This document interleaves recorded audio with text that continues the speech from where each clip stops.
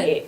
All right, now, disclaimer before I start, this is not going to be the happiest presentation you've ever lived through, so bear with me, and I'm already depressed. thank you.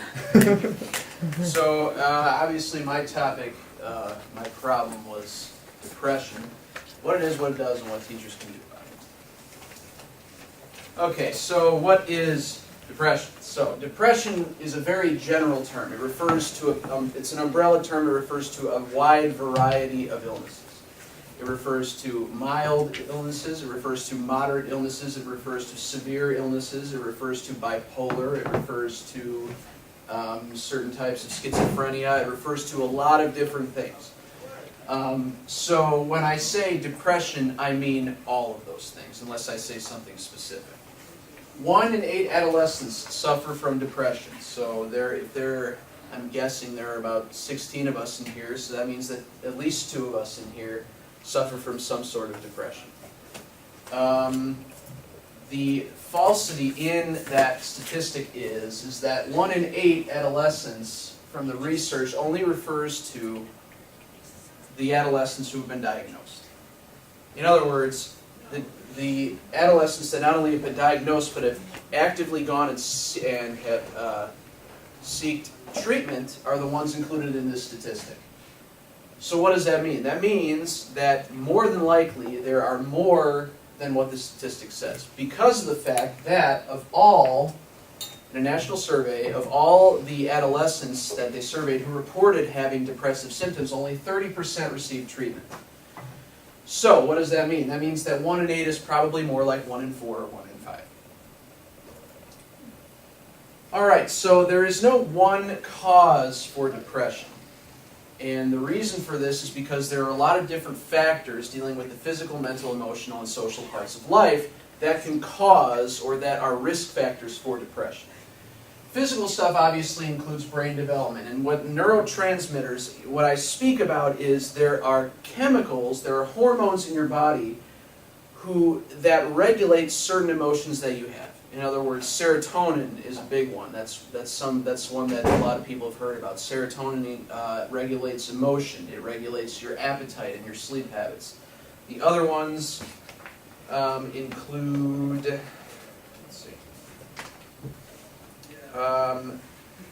noradrenaline, which is a hormone that controls arousal and alertness, and by arousal I mean that you're curious about something, you find something interesting. And the last one is dopamine, which controls the idea of pleasure and reward. So, sort of computing in your brain what defines pleasure and what defines a reward. So that's the physical thing. But also the mental and emotional and social aspects of life that cause depression go hand in hand. Loss of a loved one, breakup from a significant other, argument with parents or friends, bad performance, rumor being spread, graduating, moving, stress. So, you notice that all of those things is stuff that everybody experiences at least once in their life. Everybody graduates. Everybody moves away. Everybody loves and breaks up, that's how it works. So what is the difference between feeling depressed and being depressed? Well, everybody has depressive thoughts.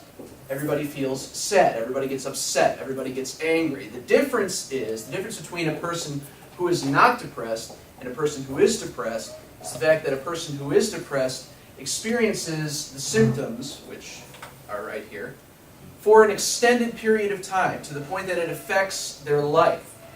And adolescents are no different. Irritability, argumentative, you can read. The most prevalent symptoms have to do with self-deprecating, which means you have a very negative view of yourself. A lot of the appetite and sleep stuff, if you notice that a student is eating much more or much less than they usually do, or aren't sleeping. Obviously, substance abuse is something that you can't really see very easily. Suicidal thoughts is obviously something to be taken very seriously. That is also very hard to see. But these are the symptoms, and again, a lot of people experience these kinds of feelings. The only difference is with people who are depressed, they experience these symptoms for an extended period of time. So, the reason why I picked this topic, and this is something I had to practice over and over because I'm not used to giving this sort of speech, but I'm a diagnosed depressive. I have a disorder called dysthymia, which is basically a mild depressive anxiety and mood disorder. So what does that mean? Well, that means that, you know, it sort of encompasses the typical view of depression. The sort of view that, you know, it's not extreme, it's not non-existent either. It involves mild symptoms. So all of this stuff here, I've experienced all of this stuff on a mild, in a mild sort of way. Let's see. So I'm sorry. That was reminding me that the project was due. Okay, so 5 minutes ago. better late than never, right? Okay, so I have had the disorder for approximately 8 years, and this is something that I really can't say, well, on this day I started to feel this way, and therefore this is when it started. No. It's sort of something that my doctor and I have sort of talked about, and we tried to put our fingers on when it actually started. But what I do know is that for 6 of those 8 years I was undiagnosed. And reasons for that, well, you know, you try to grow up, you try to think that it's just a phase, you know, different forms of parental involvement. I didn't actually get diagnosed until about 2 years ago. I have experienced 30 mild depressive episodes, which you know, an episode basically means, you know, it's for a specific duration, it starts and it ends. So 30 meaning that I experience the symptoms for a certain period of time, and with me, the time can be anywhere from a couple of minutes to a couple of weeks in some instances with myself. I've had one major depressive episode, which is defined as an experience that a depressed person has, where the symptoms are so intense and they're so frequent that the physical, mental, and emotional capacities of a person basically spiral out of control. And with me, and again, this is not something that I tell everybody, but because of the relationship that I have in this class, I feel comfortable talking about it. My specific major depressive episode involved lying on the floor for about 4 hours, unable to move, and bawling my eyes out. So that is my experience. And I've come up with sort of an activity, and you certainly don't have to do this if you don't want to. But it's sort of an activity that makes people understand what the physical feeling of being depressed is like. So if you want to join me in this, go ahead. But as you're sitting in your chair, put your feet out in front of you and sort of cross your legs, and then put your hands out in front of you like this. And what I want you to do is sit up straight and begin to tighten your muscles very, very intensely. So just tighten them up, tighten them to the point where it gets uncomfortable. And then, as you're doing that, shorten your breath. In other words, take short breaths, almost like a jackhammer type breathing exercise. And as you keep doing this, do it until it's extremely uncomfortable, and shorten your breath continuously, continuously, continuously, and then just let go. So and again, it's sort of a ridiculous sort of illustration, but the point of the matter is the tenseness that you felt and the shortness of breath is the way that my body feels without me doing anything to it. In other words, when I go through some of these episodes, that's what it feels like. And sort of the counteraction is my brain tells me to do the right things, think the right things. So if you can imagine knowing what to do but having your body feel like that, the whole concept of mind over muscle, it's muscle over mind. Your body wins. Your brain is helpless. Your body wins. So, that's all for that part. So what does this mean for outside the classroom? Well, research has shown that kids who are depressed typically do this sort of behaviors: substance abuse, sexual tendencies, self-abuse, self-mutilation, in the sense of they find ways to cope. And coping to a depressed person can mean a variety of different things. It could mean keeping your mind off of it. It could mean doing something so that you don't have to think about it for a certain period of time. Doing something to give yourself some sort of self-esteem. When we talk about sexual tendencies, in the article I read for this class, adolescents who show depressive tendencies are much more likely to perform what are called risky behaviors. In other words, sex with 3 or more partners, sex without a condom, being drunk or high before having sex. And what we see here is that this has to do with self-esteem. They do these things to try and feel good about themselves, to hide themselves from the physical pain of depression. Depression is the #1 illness associated with suicide. Let's talk about suicide now. 20% of adolescents seriously consider it. In other words, they're thinking about it and they formulated some sort of plan. In other words, this is how I want to do it, to put it plainly. 8% of adolescents attempt. So of all of us in here, one of us, at least one of us, would try to kill themselves. It is the third leading cause of death in adolescence, behind accidents and heart disease and cancer. It is the third leading cause of death in adolescence. So what does this mean for inside the classroom? How does depression affect the learning of individuals? Well, when I took philosophy of education, I did my research on Abraham Maslow and his hierarchy of needs. Most of you have already seen this, and you know how it works. These are the needs of human beings. You start at the bottom, and you work your way up. If something down here is not met, it must be met before you can move up in the hierarchy.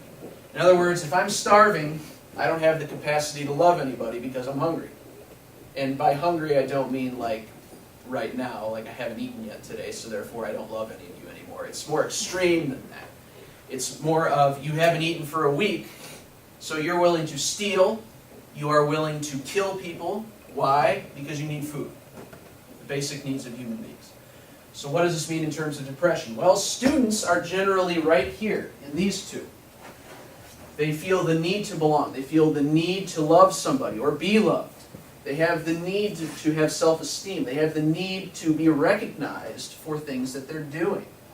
Well, at the top of the pyramid, self-actualization, what this stands for is the ability to think critically, the ability to think, the ability to understand concepts related to the curriculum. So if these needs are not met due to depression, what does that mean? Well, that means that when children are depressed, they not only do they not want to learn, but they are incapable of learning. So obviously this makes it a huge problem. So what can we do as teachers? The basic stuff that we've learned how to do anyway: positive feedback, problem-solving skills, opportunities for social interaction. This is the kind of stuff that we've learned to do already, but this is why it's so critical.